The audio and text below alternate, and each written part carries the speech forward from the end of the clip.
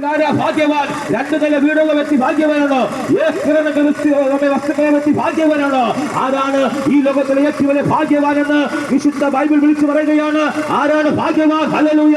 യേശു ക്രിസ്തുവിന്റെ രക്തത്താൽ കഴുകൽ പ്രാപിച്ച് യേശുവിന്റെ പാപത്തെ ക്ഷമിക്കുന്ന വ്യക്തിയാണ് ഈ ലോകത്തിലെ ഏറ്റവും വലിയ ഭാഗ്യവാനെന്ന് വിശുദ്ധ ബൈബിൾ വിളിച്ചു പറയുന്നു. ഹല്ലേലൂയ. ഇതുപോലത്തെ സങ്കീർത്തനക്കാരെ വിളിച്ചു പറയുന്നു.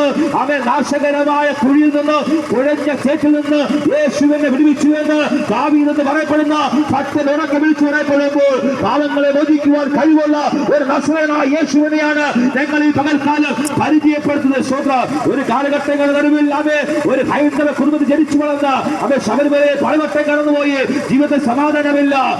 സമാധാനമില്ലാത്ത ഞങ്ങളുടെ ജീവിതത്തിനകത്തേക്ക് ജീവിതം നശിച്ചു എന്ന് മനസ്സിലാക്കി ഇനി മരണം മാത്രം മുന്നിലെന്ന് മനസ്സിലാക്കിയപ്പോൾ ജീവിതത്തിന്റെ എല്ലാ വഴികളും അടഞ്ഞ് സാഹചര്യങ്ങളെല്ലാം അവസാനിച്ചപ്പോൾ ഹല്ലേലൂയ മരിക്കാനിരുന്ന ഞങ്ങളെ പോലുള്ള ജീവിതത്തിനകത്തേക്ക് യേശു വന്നപ്പോഴാണ് വലിയ മാറ്റം വരുത്തിയെങ്കിൽ ഇതുപോലെ ഞങ്ങളുടെ ശബ്ദം കേൾക്കുന്ന പ്രിയ ദേശനിവാസികളെ, യേശുവിന് മാത്രമേ മനുഷ്യനെ വീണ്ടെടുക്കാൻ കഴിയത്തുള്ളൂ. യേശുവിന് മാത്രമേ മാനവരാശിയെ പാപത്തിൽ നിന്ന് മോചനം പ്രാപിക്കാൻ കഴിയത്തുള്ളൂ. ആ യേശു കർത്താവ് ഞങ്ങളുടെ ഉള്ളിലേക്ക് വന്നപ്പോ ഞങ്ങളുടെ അവസ്ഥകളെ മാറി, ഞങ്ങളുടെ ശാപത്തെ മാറി, ഞങ്ങളുടെ ബന്ധനങ്ങളെ മാറി ഒരു പുതിയ ജീവൻ തരുക അവൻ കർത്താവ് കഴിഞ്ഞുവെങ്കിൽ ഇതുപോലെ ഞങ്ങൾ ഉറക്കെ വിളിച്ചു പറയുന്നു. മറ്റൊരുത്തൻ രക്ഷയില്ല.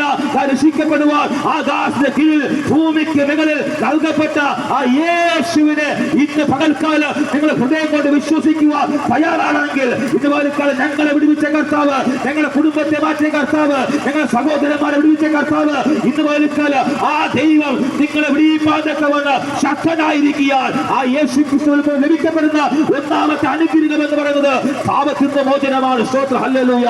ആ യേശുവിനെ മാത്രമേ പാപങ്ങളെ മോചിക്കുവാൻ അധികാരമുള്ളൂ. സ്തോത്രം. യേശു ക്രിസ്തു ഇതുപോലെ സഹോദരങ്ങളെ നിങ്ങളെ സ്നേഹിക്കുകയാണ്. സഹോദരിമാരെ നിങ്ങളെ സ്നേഹിക്കുകയാണ്. ആ യേശു പറയുകയാണ്, നീ എന്റെ അടുക്കൽ വാ, നിന്റെ മധ്യഭാഗത്തിന്റെ അവസ്ഥകൾ മാറ്റുക, നിന്റെ പാപത്തിന്റെ വഴികൾ ഉപേക്ഷിച്ചുകൊണ്ട് ഇതുപോലെ നിങ്ങളെ യേശു ക്രിസ്തു പാടി വിളിക്കുകയാണ്. യേശുവിനെ സ്നേഹിക്കുന്നു. നിന്റെ തകർന്നുപോയ കുടുംബത്തെ പണിയുക, നിന്റെ തലമുറയെ പണിയുക എന്നൊക്കെ വന്ന കഴിവുള്ള ഒരു നസ്രയനായ യേശുവിനെയാണ് ഞങ്ങൾ ഈ പകൽക്കാലം നിങ്ങളോട് പരിചയപ്പെടുത്തുന്നത്.